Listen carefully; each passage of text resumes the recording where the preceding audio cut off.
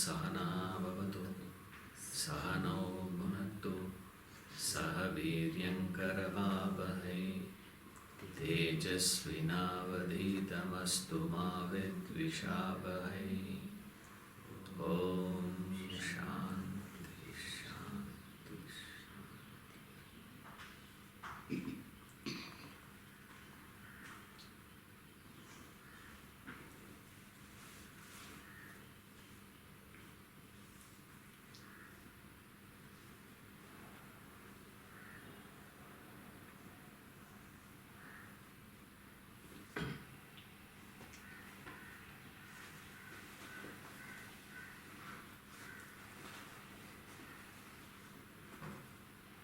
Of all the spiritual masters that we have had, Krishna stands so unique. Keep all the spiritual heads on one side. If Krishna's personality wasn't there,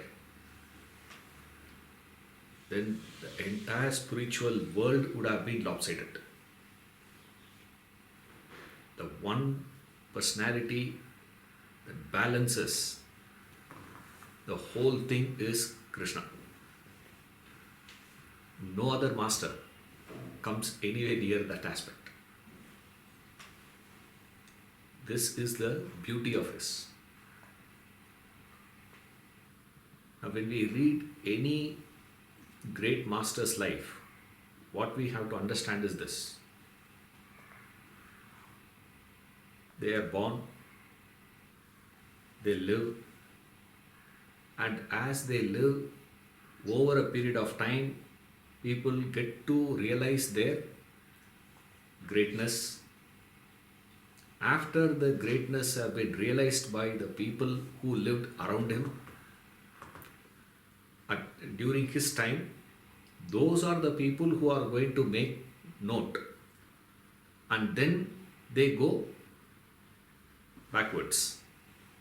Regressively, they start giving accounts of their life. This is how any master's life gets recorded. Unless they write a autobiography of their own. And by definition, no spiritual master will write an autobiography. Right? They will not write. Why they will not write? Autobiography of what you are going to write? Of the personality and the personality's lifespan. This is called autobiography. From birth till the time whatever has happened. Like Gandhiji wrote up to 1936. Post 1936 is not there in his book Experiment with Truth, because by then he has completed the book. Because if you have to write an autobiography can be complete only at the time of your death. Till then it is still growing, no? Isn't it? So somewhere down the line a person starts writing their own life, let's say. What are they going to write? Autobiography can never be complete, number one. Number two, who is going to write about whom? If I am going to write about me, there has to be the feeling of I exist, isn't it? The feeling of individuality should be there. So long as you believe yourself to be an individual, you cannot be called as an enlightened master. Because by the very meaning of enlightenment is, the very definition of enlightenment is liquidation of individuality. Your individuality is gone completely. After that, what is there to write? See, so because of these two reasons, those masters will never write about themselves. Then who is going to write? At what point they will start writing? They start writing after the person has gained some meaning and significance to people who are living around him. Right? The contemporaries. Contemporaries were the one who are going to make a note. And the problem is, when those contemporaries are making a note of it, they always have to account from the reverse order. Now that he has become a great man, a significant personality, very impressive personality, now they go backwards and see his birth, his childhood, his schooling, his college, event after event. Right? And then what happens? The same story would be, if that master were to be extraordinary, the story will be retold.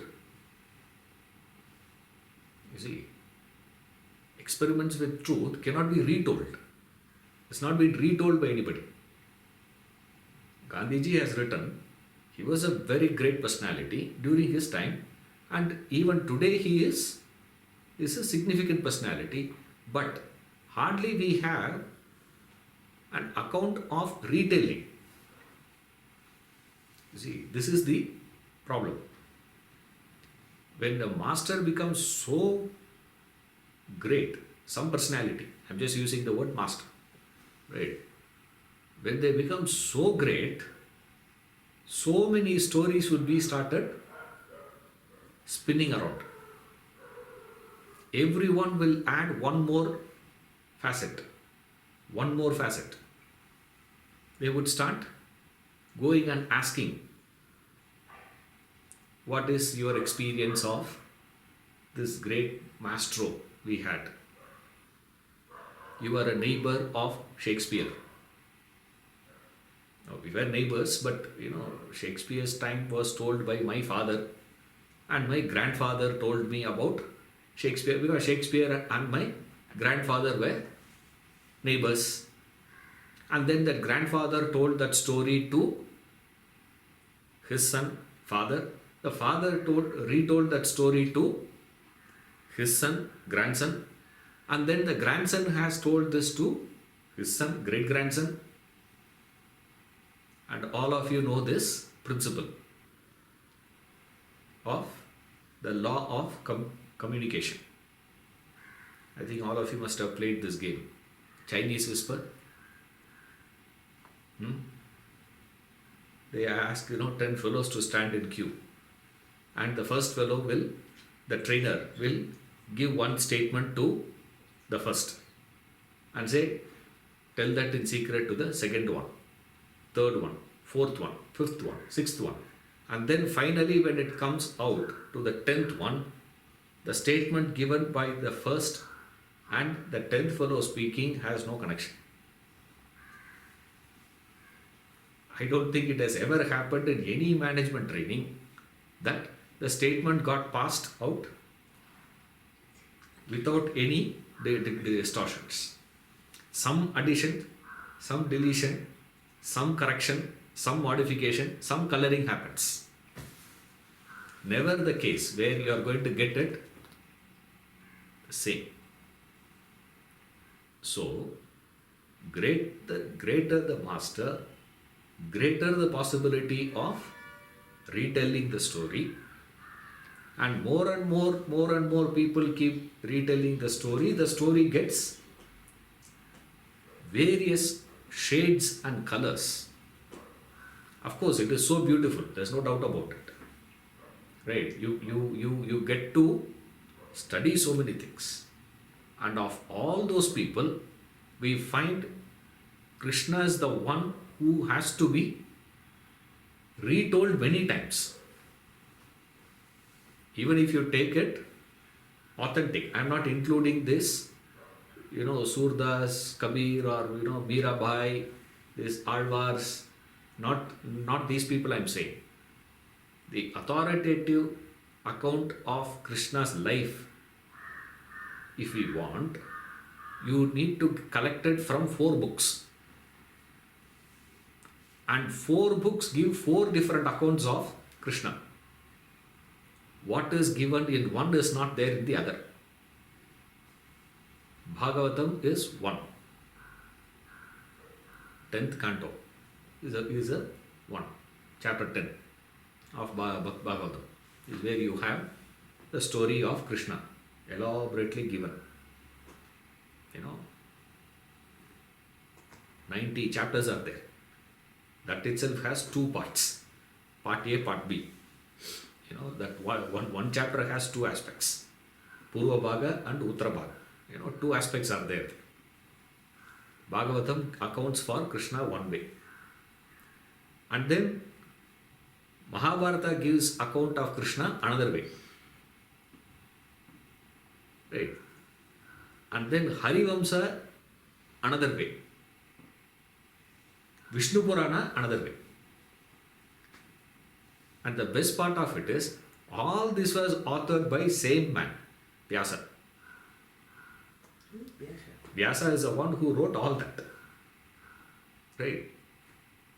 Harivamsa, this Srimad Bhagavatam, Mahabharata. All 3 was written by Vyasa. And Vishnu Purana was written by his father, Parasara. These are the 4 authoritative books we have. If you want to have an understanding of the events of Krishna's life, what all happened in his life, what all he did.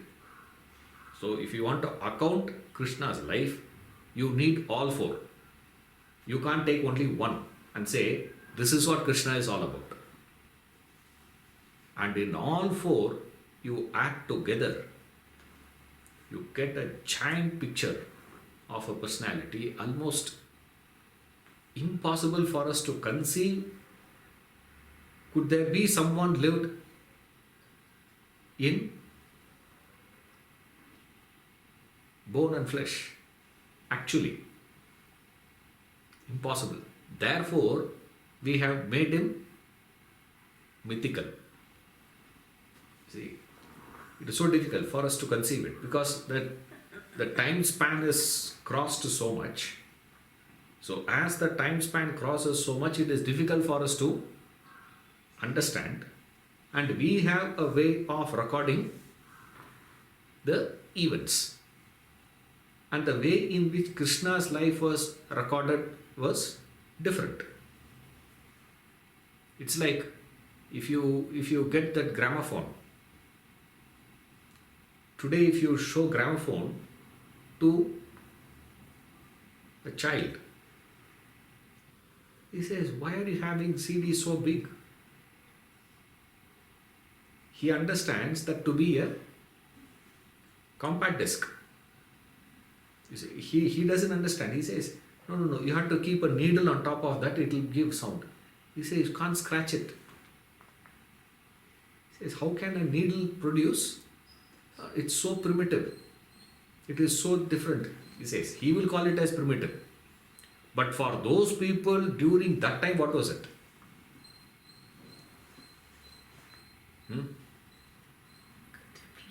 Today, many laptops don't come with the CD player. Isn't it? Laptops and systems don't have it.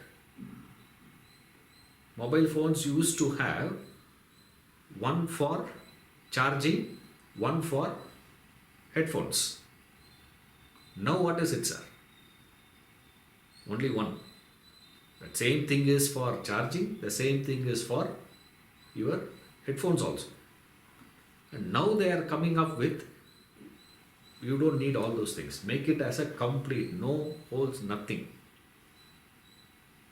All that you have to do is place it in front of one gadget, it will get charged.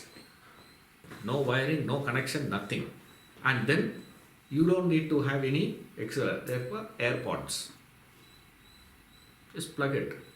And if you were to tell this to that generation, gramophone generation,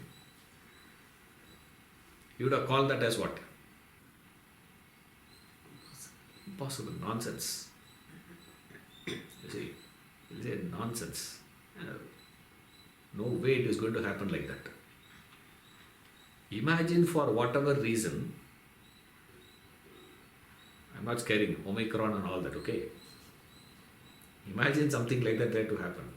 There, about 99% of human species wiped out. Right? Somehow that 1% managed to survive. And every one of us will hope I belong to that 1%. As I am saying, Appa, sir, I will not be in the 99. Here we will go into minority, not majority. We are in that 1%. Right? Do you know how to manufacture a mobile phone?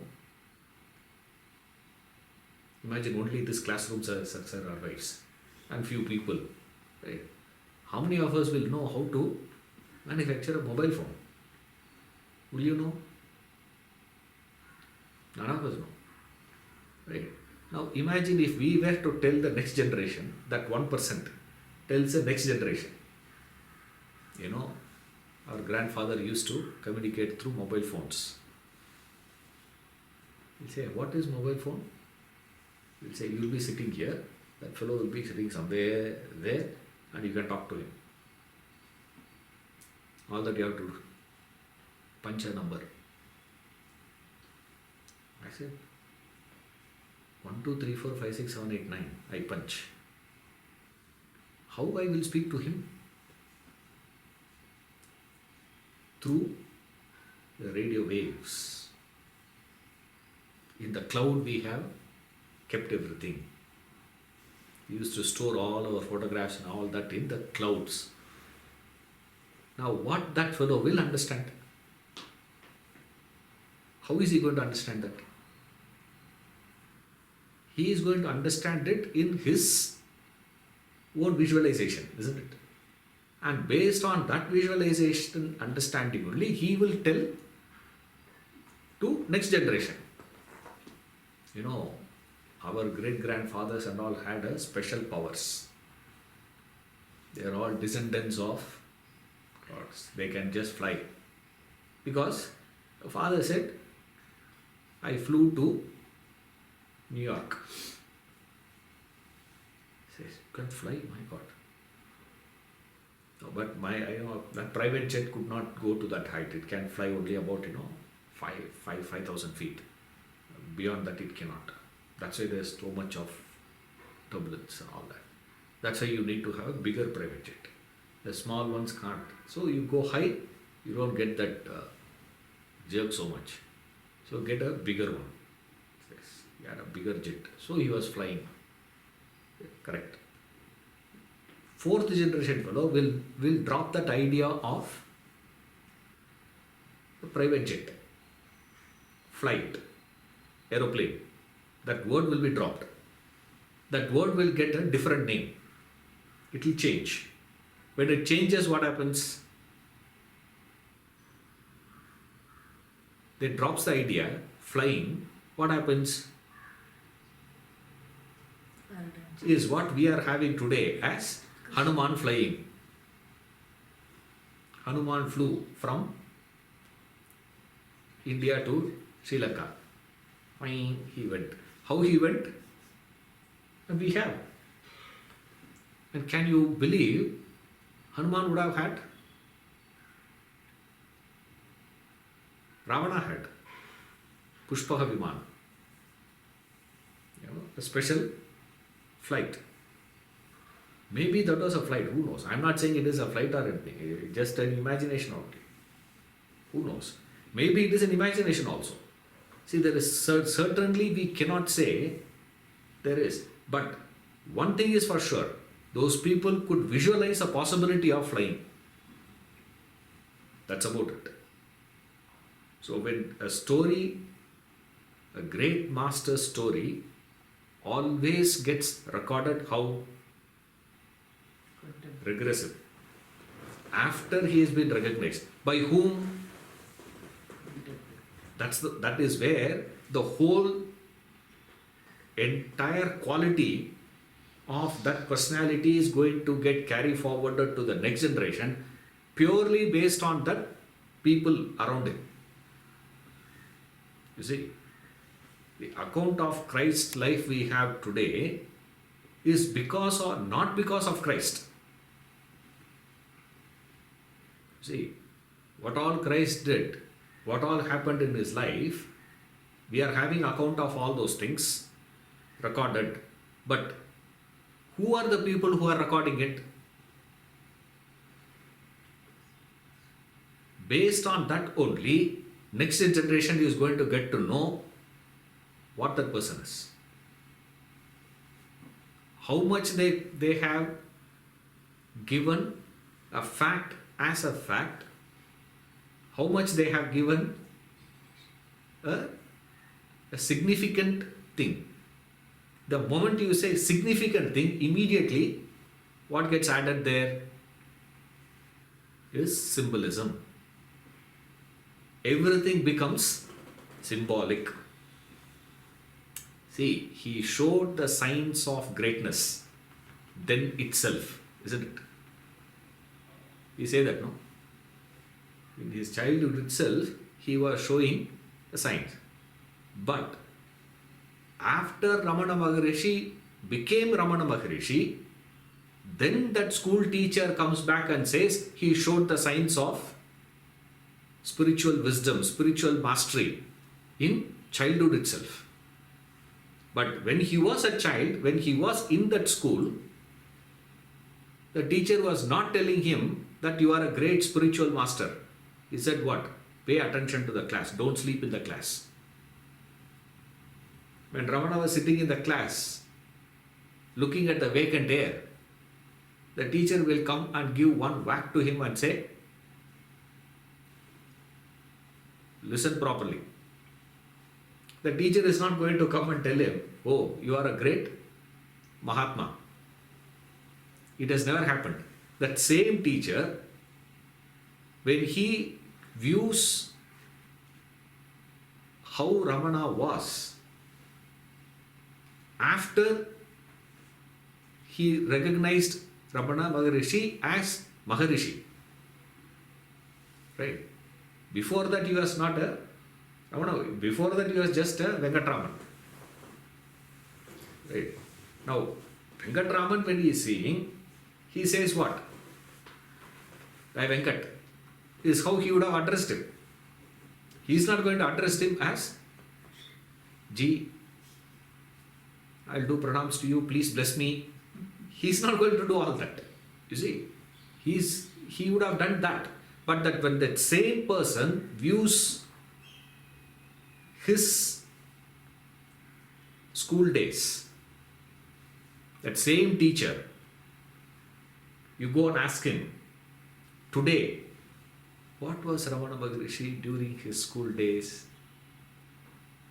He will never tell you Ramana was such a dumb student.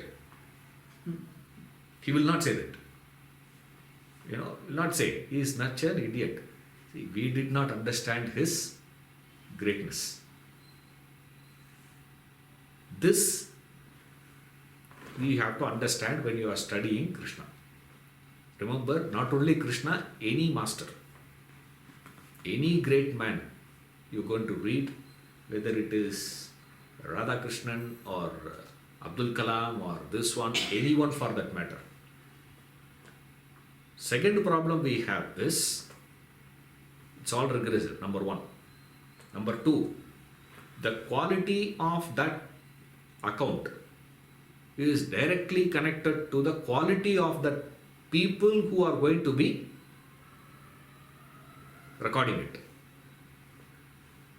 You see, this is the most important thing to remember. Right? Depends on what is that society. If that social conditions Like we had, the latest example I'll give you. When Ramakrishna Paramahamsa spoke, the speech of Ramakrishna Paramahamsa, the conversations of Ramakrishna Paramahamsa got recorded, and then they wanted to publish a book, Gospel of Sri Ramakrishna Paramahamsa. Right? When they wanted to do that, who was doing it is a scholar. He is a scholar. But Ramakrishna Paramahamsa is a very ordinary man. You see, and even the Bengali spoken by Ramakrishna Paramahamsa is a common man's Bengali. Not like Rabindranath Tagore's Bengali. You see, Rabindranath Tagore also Bengali. But his Bengali is totally different from Ramakrishna Paramahamsa's. But when they want to write a book out of it, what did they do? They said, see, these words Allah cannot be attributed to Ramakrishna spoke these words. And it looks very local. So what we have to do? Make a little sophistication to it. They made certain corrections, made it appearing better. No fault of theirs. But the tragedy is, in that effort, the original is lost. When Ramakrishna calls you an idiot, stupid, goose, whatever, I'm using all, very polite words. There are other words out there I don't want to use. When he says, there is something to it. The same word spoken by you has a different fragrance and different flavor. When Ramakrishna utters the same, it has a different flavor. And we find it so difficult to digest it. We cannot. So what did we do? He said, no, how can I say that Ramakrishna spoke those things? So instead of that, we edit. We make certain corrections. Certain things are clipped off. All these processes will go through. You see, it's not going to be easy task. What it demands is extraordinary discipline. Extraordinary discipline is needed for you to just give account of just it is, without any changes, any modification. Without any changes. Give it as it is. That is why there was a tremendous respect to these Brahmins. The society had a great value for them. Why? Is because to give that knowledge, for generations they have been maintaining the same thing. No change at all. One swara is not changed. It's not easy, I tell you. To preserve that and pass it to the next generation without making any changes demands extreme discipline and devotion. What is devotion here? My sophistication says, my cultural conditioning says, these words are not appropriate. Unparliamentary words. Such unparliamentary words should not be spoken. Therefore, what? I make an editing. I make a correction. This is not going to be accepted. This is unacceptable. This acceptability and unacceptability, this judgment is according to my conditioning. You see, that shows what? My conditioning is superior to the master's wisdom. Where is devotion? It demands extreme devotion and extreme discipline to give account of it. And we cannot expect such discipline from everyone. That is why we go into accounts to know about them. We go to Kalidasa, we go to Vyasa, we go to Bhavabhuti. We don't go to anyone who speaks. No. We question who that person is, who talks about it. Now, when Vyasa says, when Valmiki says, that is taken as an authority. Why? Because they had the discipline and they had the devotion. The devotion and discipline, people have given account of what happened. And invariably, when they are giving that account, it will always will have a poetic, allegoric, symbolic meaning to every account of their life. Every instance, every action, every gesture, every word of his will look significant. Why? Now that he has become a great master, he must have shown that greatness in childhood also. From very birth itself. They'll go backwards, and then they say, even at the time of birth itself, it was very, very significant. And that's where we have a tremendous significance to Krishna's very birth itself. Look at the conditions. You see, very birth, very, very dramatic. Dramatic starting. Where was he born, sir? In the prison. Worst condition. There is one comparison people always have, Christ and Krishna. Christ was not born in a prison. Right? He is far better. You see, Christ was not having that problem. Whereas Krishna has to be born in the prison. And then they go one step back, they go. Significance goes one step back. They say, oh, why Krishna was born itself first of all? Then immediately it goes to the story. Now they go back to the stories. Suddenly they say, you know what happened? The Bhudevi, she went to Lord Brahma. He said, sir, I am not able to carry the weight. The earth is becoming heavier and heavier day by day. And we can't understand it. He said, why heavy? Oh. Fellows are putting up buildings. Earlier we used to call a house, 2-story, 4-story.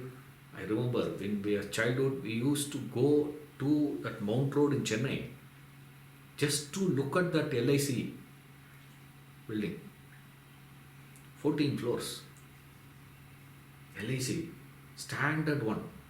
In all Tamil movies, in that 80s, you see, if they want to show Chennai, they will show LIC building. It was such a classic one, LIC, because 14 floors, can you believe? And I actually got, so scared. I still remember this. In the school, when they took us to that beach, they have the lighthouse. In Marina Beach, they have a lighthouse. That lighthouse, I got so scared. That height. Today, my house is taller than that. You go, and the fellow says, where is your house? He says, 47th floor. I thought, okay, 47th floor is height. I asked another fellow, 47th floor height. Where is your house? He said, this is in 302. I said, 302 means third floor and the second one. He said, 302 is not that, 300th floor. From there, how long it will take for you to come down? Huh? He says it takes 5 minutes. In 5 minutes we are down. For 5 minutes you have to be in the lift. Slightly above the clouds. They may not know it is raining. Actually, those fellows.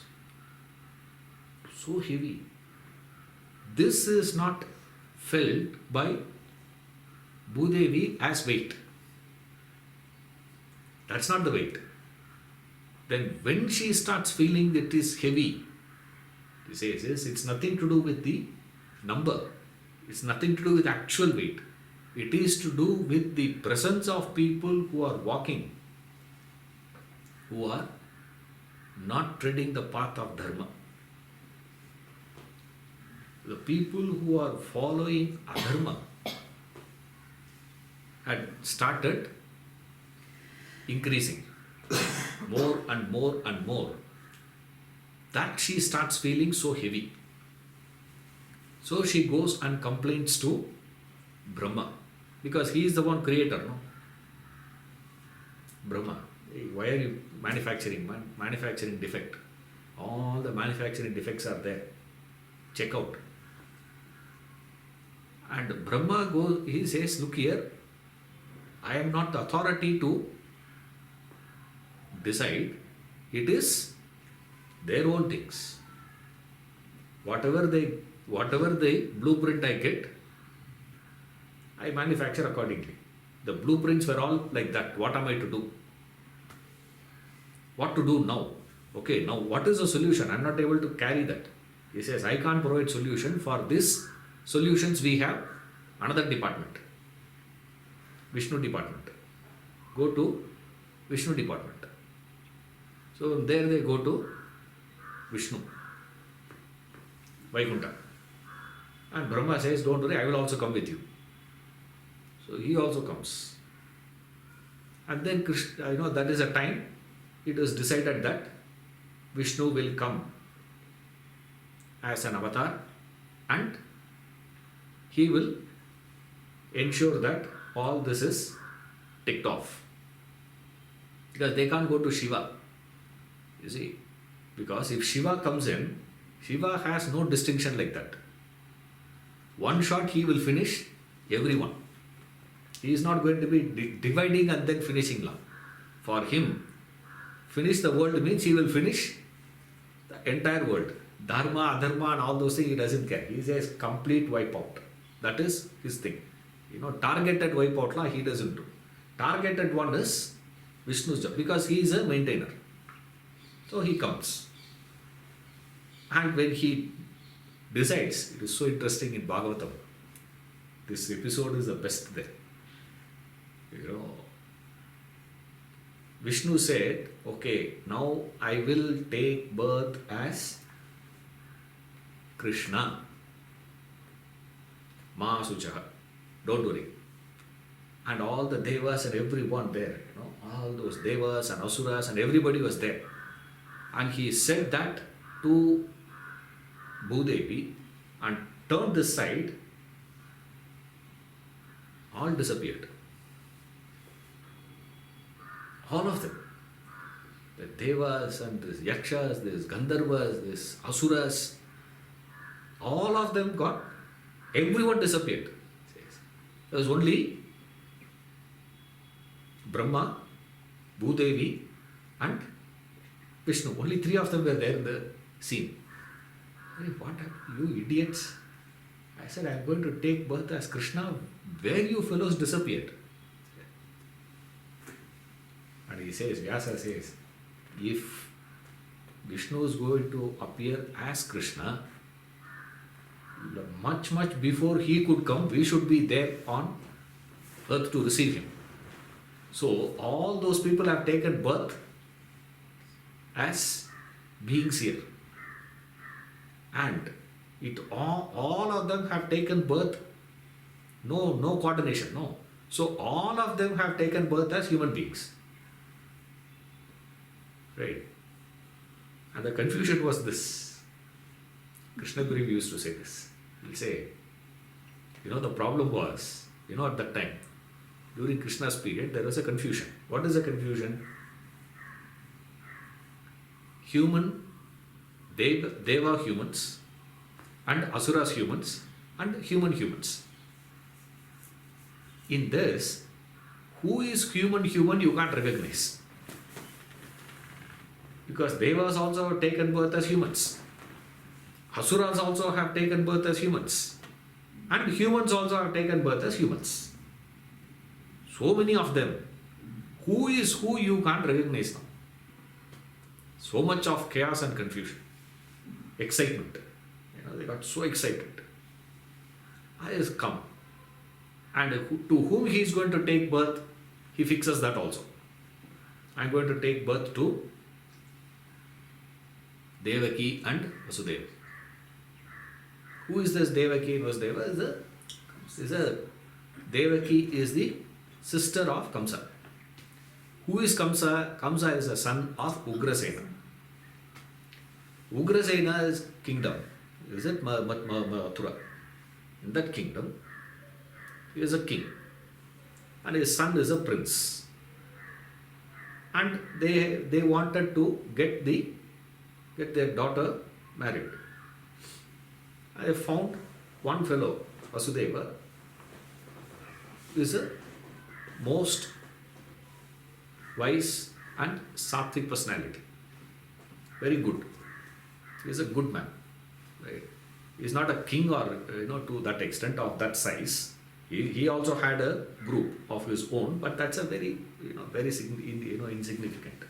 But in terms of quality of this, the sense of dharma, justice and truth, and the sattva guna in him was so prominent that Ugrasena decided to get his daughter Devaki married to him. On the day of marriage, they are supposed to bring the wedded couple, Graha Pravesha. They are supposed to come into their house, into the house of a girl's house. First they go to the girl's house. So for which they are coming, and Kamsa said, I will be the chariot. I will drive the car. Don't worry. So he picked up and he started. And as they were coming, suddenly one sound came. Voice. Ashariri. Shariri means with body.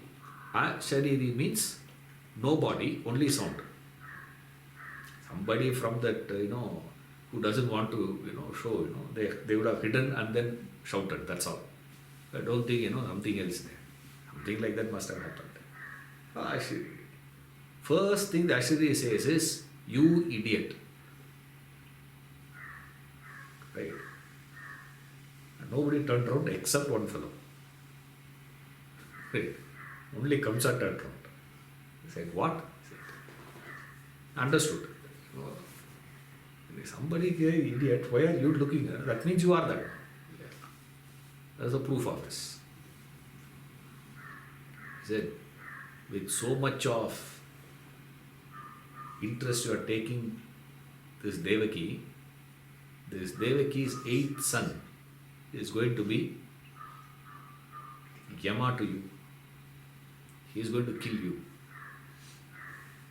And immediately this fellow drew his sword and said, only if Devaki is alive that's possibility. No, I will kill her. Says. And now this fellow doesn't know what to do. And mark, all this is happening where? In the middle of the road. And the entire population is, the whole congregation is there, and these fellows have drawn a sword to kill, and no one dare to say anything. Everybody was keeping quiet, so scared. That's why the scene is, to show the power. Anyone who is in power, people will be scared to go against them. Not easy. That's why the fellow, after this Stalin,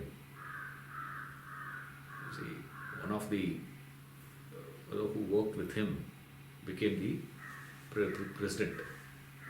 Became president. He spoke lot of things against Stalin. All the policies. They are all Stalin was wrong. To which one, news reporter asked him, why you didn't say these things when Stalin was there? To which he said, if I would have said then, I wouldn't be sitting here today. Because if I would have told these things to Stalin, you wouldn't have been known such a man had ever existed. Like a bedbug, he would have simply finished me. So that is the power. Anyone who is in power, everyone would be scared. No one will speak against them. Dare not.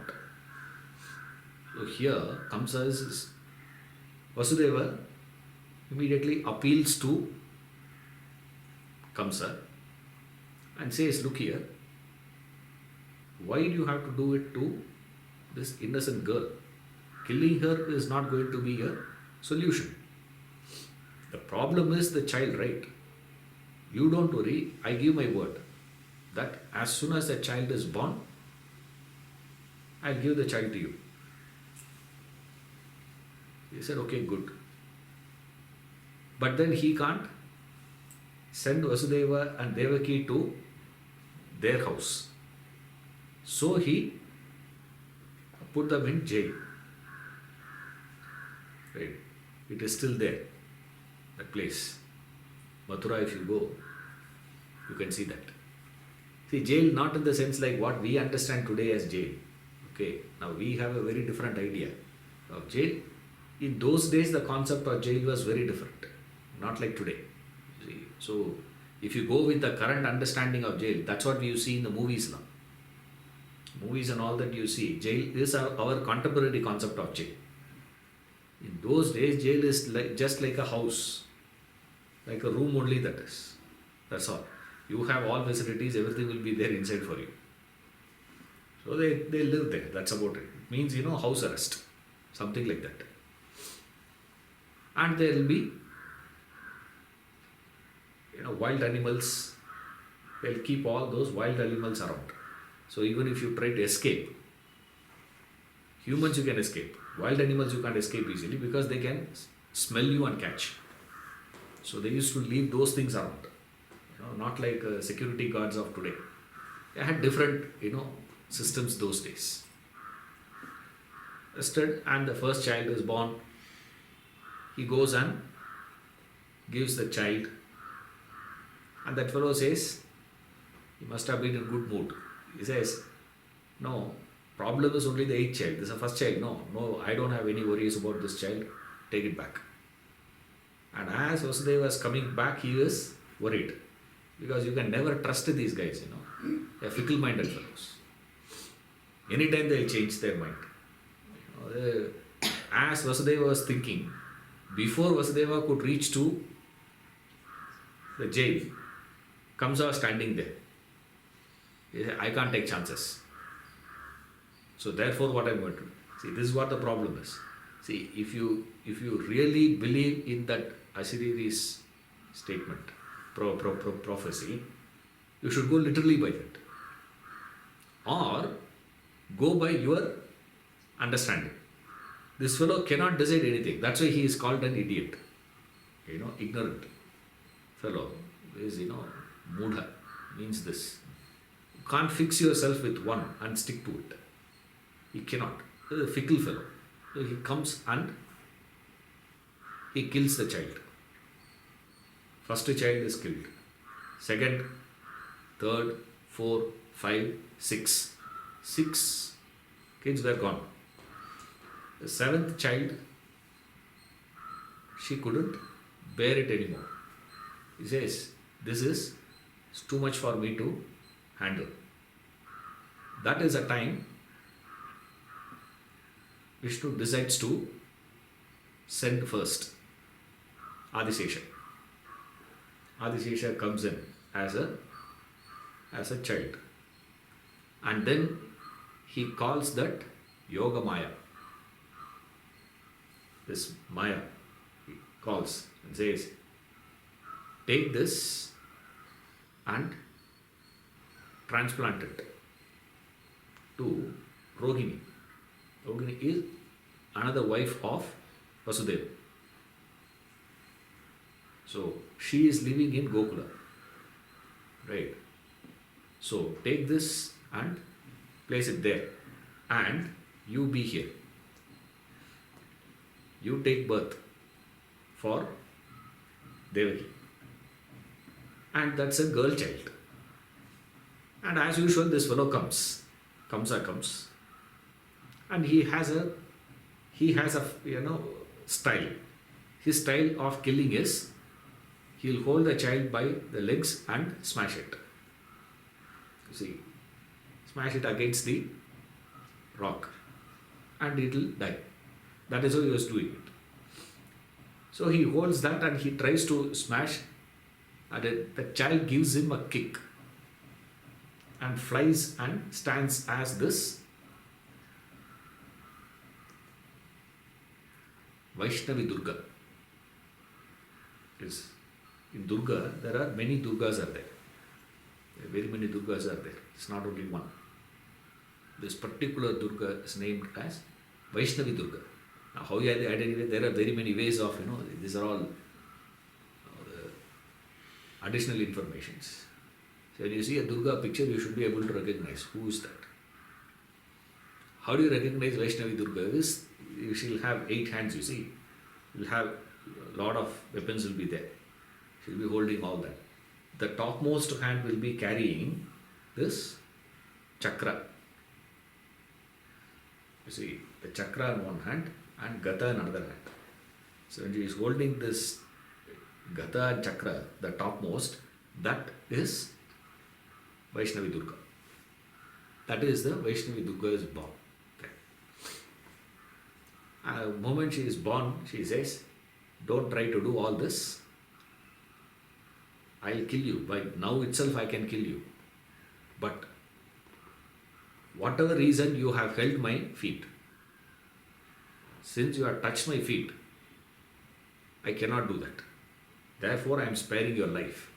And she disappears. And this fellow's fear starts now itself. Says, what is this? What is this? What is this? And he starts increasing now it is 7th over, next is 8th one. 7th itself is like this. 8th he didn't know what is going to happen. So he was waiting and increase the security and watchfulness and this one, all that. And he gets a news that I think, Devaki is conceived. And he comes and he sees no signs of conception. He couldn't see anything in her face. Because usually their face, gets a little tired and dull and this. And day by day she is getting brighter and brighter. Devaki is getting better and better day by day. And she is looking more healthier day by day. And he says, something is wrong. Are they cheating or are they doing something? He is not able to figure out what is it. A particular day, child is born. And that's the tragedy here, or the beauty here. Is born as said Ascharya. You see, it is Adbhutam Balakam Ambujekshanam, he says. This is Adbhutam. It is a wonderment. What is wonderment about the child? The child is a wonderment. What is wonderment? The child is born with 4 hands. And it appeared, he says. The child is not born. The child has appeared. So it's not actual birth. And the child is born with 4 hands, with Shanku, Chakra, Gada, Padma. 4 hands carrying all that. And he has a krida also. And the child has a necklace also. And it is wearing pitambar also. No childbirth will happen. And it says, hair fully grown. It is, grola, it is, hairstyle has been done to this fellow. Hair grooming and all is done for the child. With all that, he says, child is born. Obviously, it is adbhutam only. This is it's not usual one. The child is born. Where he is born, yes, all this is story part of it. And Krishna's life, you have to study, means you can't read like Rama's life. Because Rama's life, completion happens only in Pattabhisheka. Right? Otherwise, he is hanging in between. If you read Balakanda of Ramayana, Rama is born, he has gone to school, he has come back from school, he is doing this, he is doing that, that's all. And then what? Nothing. He just stands there. Right? Ayodhya Kanda, he went with Vishwamitra, he killed, Tataka, this happened, that happened, all those things. He got married and he came back and he is living in this one. And then one day Dasharatha decided, and then what? This happened, then what? This. Halfway. And then Kishkinda Ganda, you see, halfway. Sundara Ganda, you see, halfway. Only in Yuddha Ganda, you see, it is complete. Otherwise, it's all incomplete. In Krishna, it's not the case. Every episode of Krishna's life is complete. See, it is so beautiful. See, Krishna's life, one dimension of studying it is like this. Another dimension is studying it as Leela. The beauty. That Leela dimension of Krishna's life, we divide that into three aspects. Right? One is the Leela in Gokula. And then Vrindavana Leela. And then Indraprastha Hasnapura Leela. After he has grown. These are the three distinct ways of seeing Krishna's life. And each Leela is Kuchela Upakyanam, you read, it's complete. You read, it's complete. You see, it's complete. And in that completeness, you see the sequence. Krishna's life, if you want to understand, it's exactly like how you see the bubbles in the fish tank, aquarium, you see. There will be bubbles coming, see. There is a line. It just comes out. It goes. It's like a gel, it comes. It comes clear, it is. But every bubble is complete in itself. And there is no actually connection. It is just sitting next to it. That's all. But factually there is no link. Krishna's life is like that. Whereas Rama's life is not like that. One is linked to the other. Here, there is nothing linking, but everything is complete. And still, there is a beautiful thread. It's so different. So, this is a class different here. Krishna's life is. So he is born here. Where he is born, sir? He is born in the prison. And what is a prison? Is a limitation. Is a bondage. And who is bound? Even his mother is bound, his father is also bound. They are bound to a chain. Even though you are inside, doesn't mean you can keep moving around everywhere. They will be chained. So you can't move. Actually, you can just move around. That's all. To a point. So that bondage, in bondage, Krishna is born. And when he is born in the night, not in the daytime. Krishna's birth happens in the dark night. Right? Ashtami. Night that is. There are 2 Ashtamis we get in the in a month. They say there are 2. This is the second one.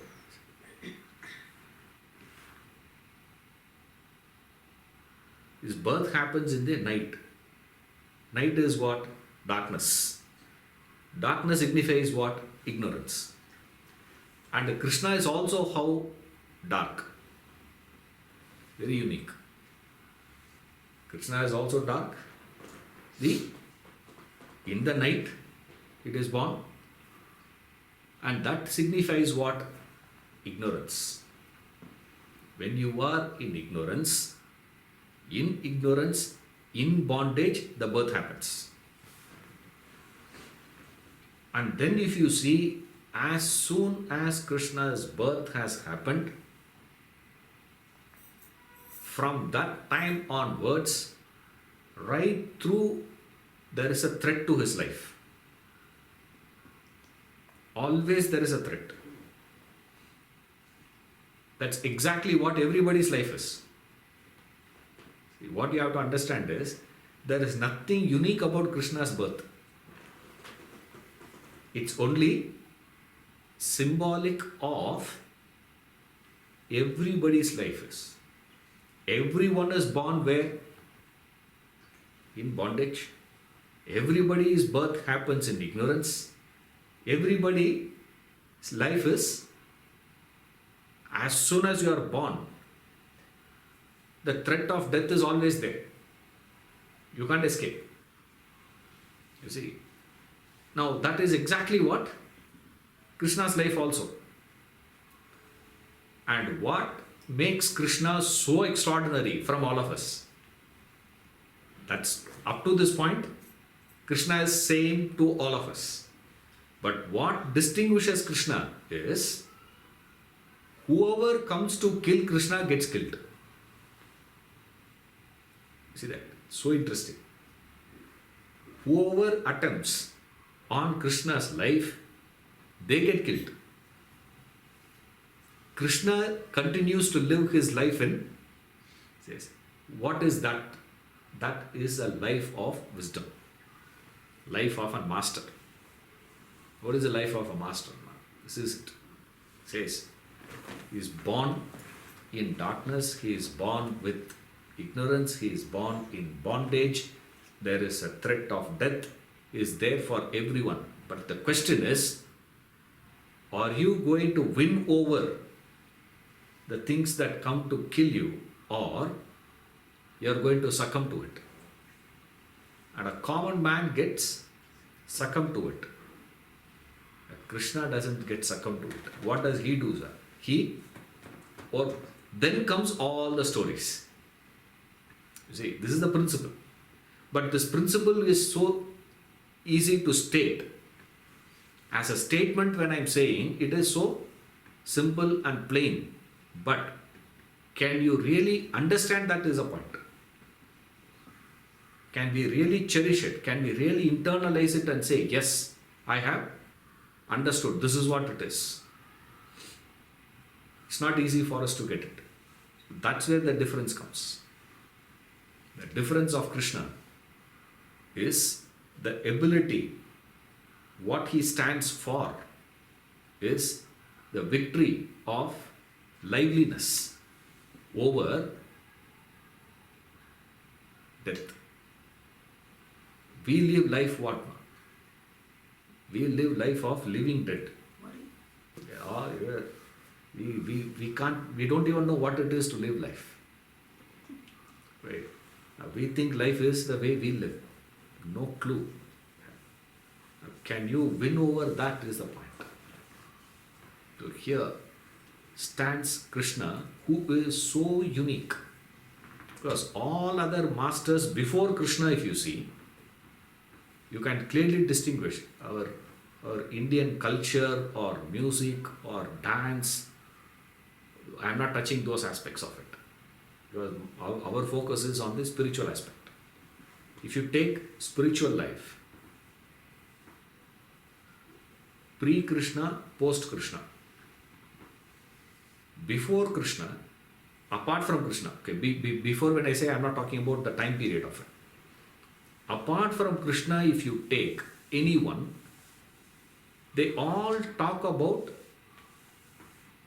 perfection.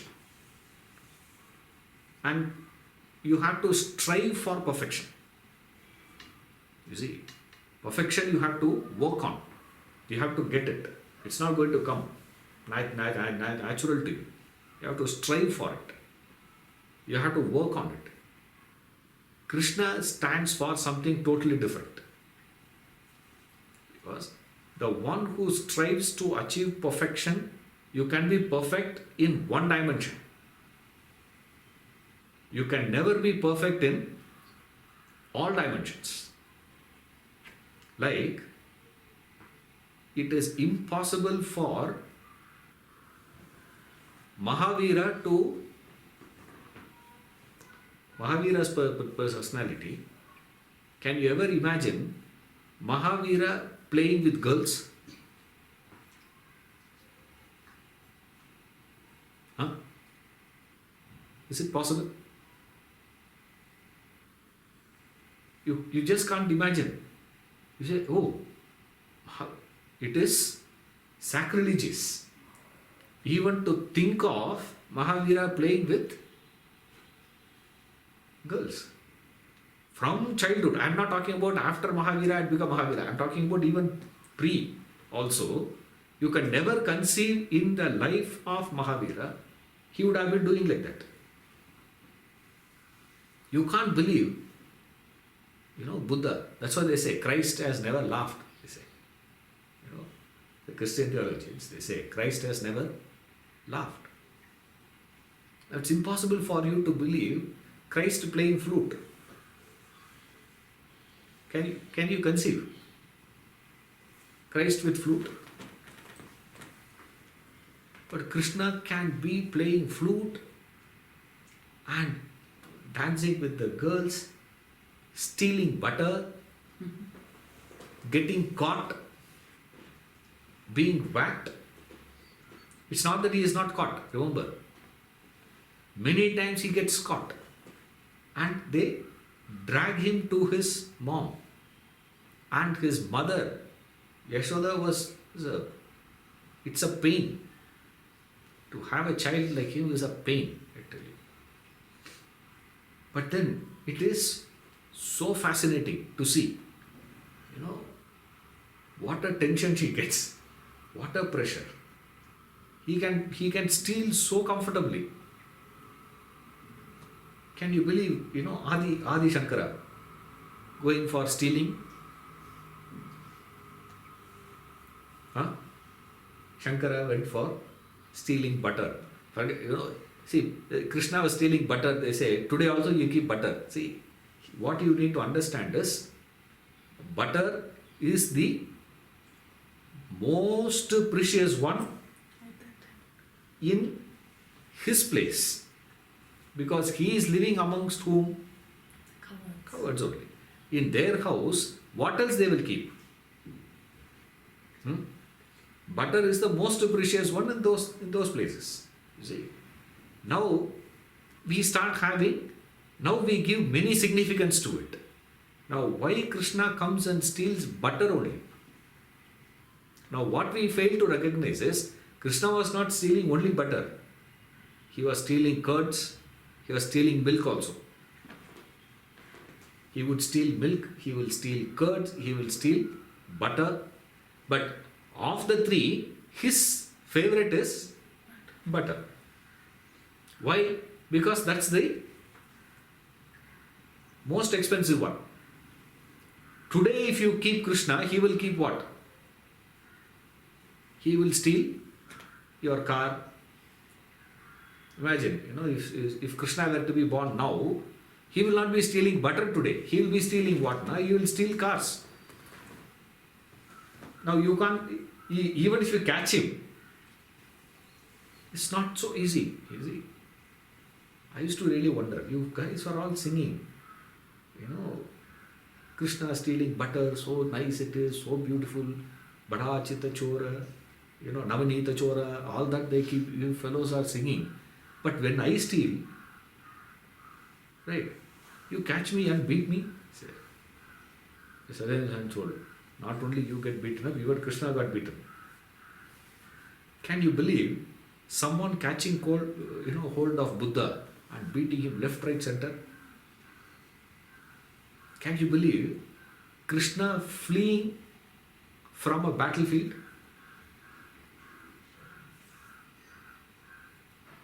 He is going to get defeated. Fearing the defeat, how many times now? 9 times, not once. Once and now you can say, just for fun he is doing here and all that, just to give them the feel. 9 times you can't do that.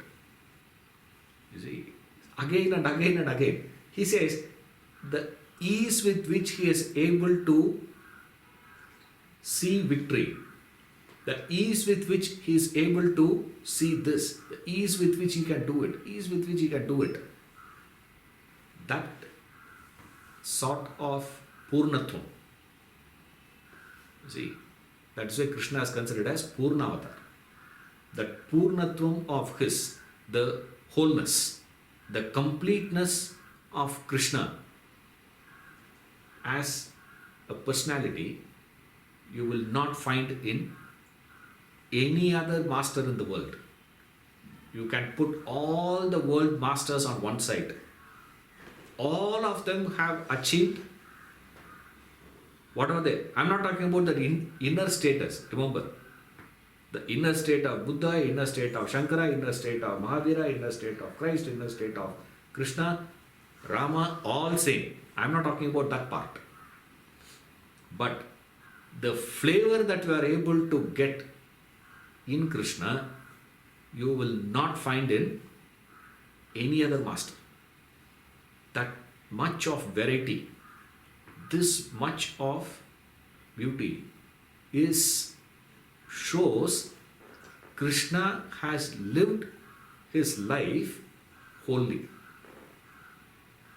He did not divide life into acceptable and not acceptable. This is socially correct, this is socially wrong. Nothing.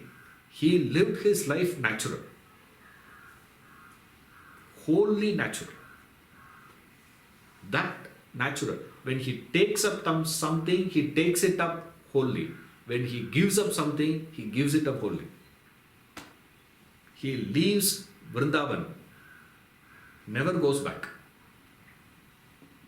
You see, so much of affection they had, no? Those gopis.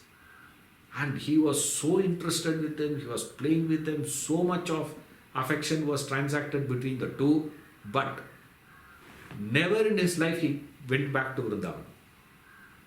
He goes to Mathura, he leaves Mathura, he never goes back to Mathura after that. When he takes up something, he takes it complete. When he gives up something, he gives up complete. That is why we find Krishna so contradicting. If you don't see contradiction, that's why they say,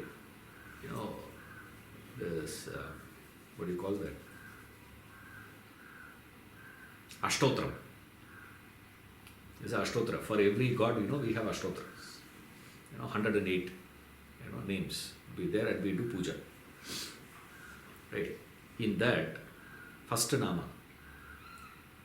I give my pranams to the man who has 16,108 wives. First mantra.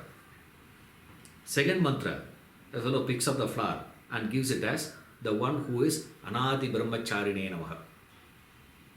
Means the one who is a Brahmachari forever. Hey, previous one, just one statement before, Ashtotra is there in Ashtotra. If you see, he says, Sahasrajarine Namaha, first one. Next one he says is, Anadi Brahmacharine Namaha.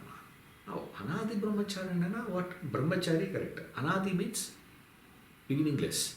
The one who has no beginning. So, from beginningless he has been which means perpetual Brahmachari. Anadi Brahmachari means perpetual. From the beginning, he is Brahmachari.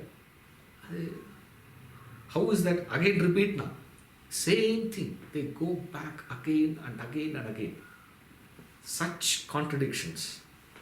The beauty with which he speaks to Dhritarashtra for peace. What all the ill effects of war. Why we should avoid war. Why we should not get into all these things. So beautifully, eloquently he speaks. Same Krishna comes here in the battlefield, eloquently speaks for war. Right? In the Gita, he speaks to Arjuna, who says, I don't want war. To him, Krishna says what? No, you should fight. And what none of us recognizes, it is that same Krishna who spoke for peace then. Many people think, Krishna to be a warmonger. He is not a warmonger. If he is a warmonger, he wouldn't have spoken that. If he believes in that, he wouldn't have spoken this. This he can't. If that is what he is, then when Arjuna said, hey, I don't think it is right for us to fight, what Krishna would have told him? Correct. This is what I told that day itself.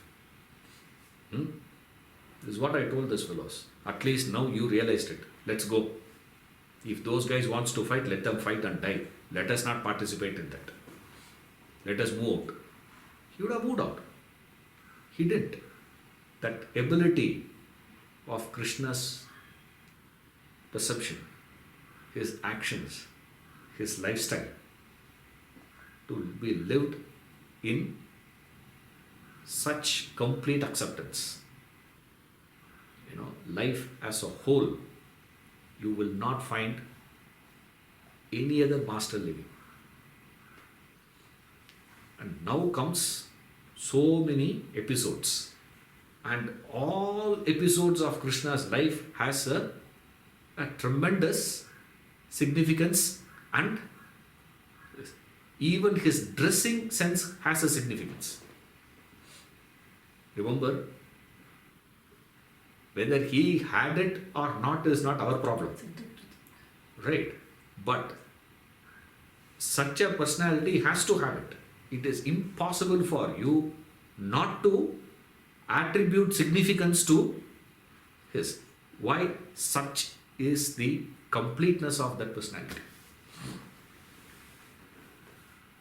You will not find that much of completion in Rama. Even Rama is not, if Rama is not near Krishna, no one can come near. No one can come close to Rama. And if Rama is falling short of Krishna, you can imagine what would be the personality. So if the problem with Krishna is this. Symbolism, if I have to do of Krishna, every facet of it is symbolic. Now what to touch and what not to touch. You see, his personality, his dress, his words, his actions, even a gesture of his has a significance. If he smiles, there is a significance. If he is frowning, there is a significance. If he is crying, there is a significance. He cried. You see, you can never imagine Buddha sitting and crying. You see, Krishna can cry. Now, he says, you will not find one aspect which is not there in Krishna's life. One facet. I have tried my best. You see, Is there anything which is not there in life of Krishna? See, Rama has never played with girls, stealing, none of these things. The childhood of Rama was like, discipline. Now, that is not a child. A child will lie. Child will steal. If a child is not stealing, a child is not lying, don't think it is Rama, something wrong. That's not natural. I am not saying you should encourage the child to steal or encourage the child to lie. But by nature, they will do it. He has butter all over the face and he is having butter in his hands. The fellow says, I didn't eat. Now, exactly the same thing your child will say when one chocolate that was kept in the fridge was missing and nobody is there in the house. And you ask, who took the chocolate? I didn't eat the chocolate. Yes. Only you are there and the child is there. Now, a thief is not going to come all the way, open the fridge and take that one chocolate and go. You see, he's not going to do that. You know that. But the child will tell lies point blank. It will not bother. And the child genuinely believes what? It is speaking the truth. That's the innocence of the child. It's the same innocence you see in Krishna also. You will not find that in any other master. You will not see anything that is being missed in Krishna's life. His personality is whole. His inner state is also whole. And any experience of Krishna's life, if you take it, is complete. Now, that's where we get into trouble. If you say, sir, give us the significance and the symbolism of Krishna. Now, which to take, what to leave, is a big confusion. See? So I put the ball in your court now. Right. Whatever you want me to deal with, you let me know, I will deal with it. Because if I have to take it up, our class will never end. You ask me, sir, how long you will take? Krishna's symbolism of Krishna will go. It will keep going and going and going and going. It will never end. It will never stop. Because of the dimensions of this. What to touch and what not to touch. You cannot leave anything. So now I am giving the ball. I say, I can't deal with it. Other aspects I will take a call. This I say, whatever you want me to touch, I will touch that. Right? We'll see you in the next class.